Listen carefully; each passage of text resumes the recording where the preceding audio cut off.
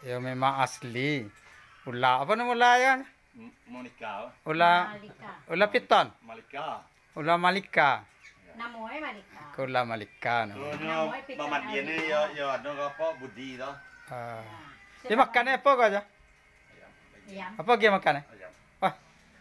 Bila ni dulu ayam kau makan? Ini bagi sekali sebulan. Sekali sebulan Ayam. Sekali sebulan makan ayam ya. Apa perluan enggak? Oh sekali sebulan. Kalau nyo makan tu bisa nampak sedang awak celik bisa nampak makan. Basuh ala.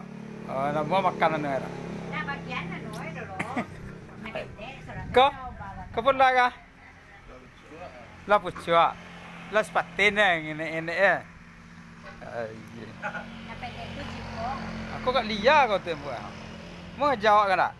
Jadi pong. Mau ngejar ah? Lagi sana. Lagi keluar. Lagi ya. Lah pucuk deh. Pak.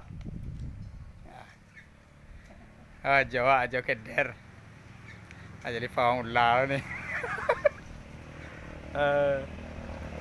Lah sepatin.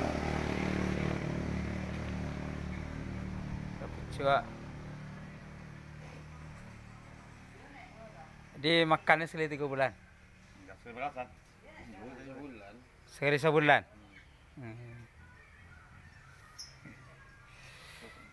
Jangan karah aja ni. Ya. Lajak. Asli lah. Asli. Lajak Apa nama kau tadi? Monica. Monica ya. Oh, nama orang lah. Monica nama dia. Bagi sekali sebulan makan.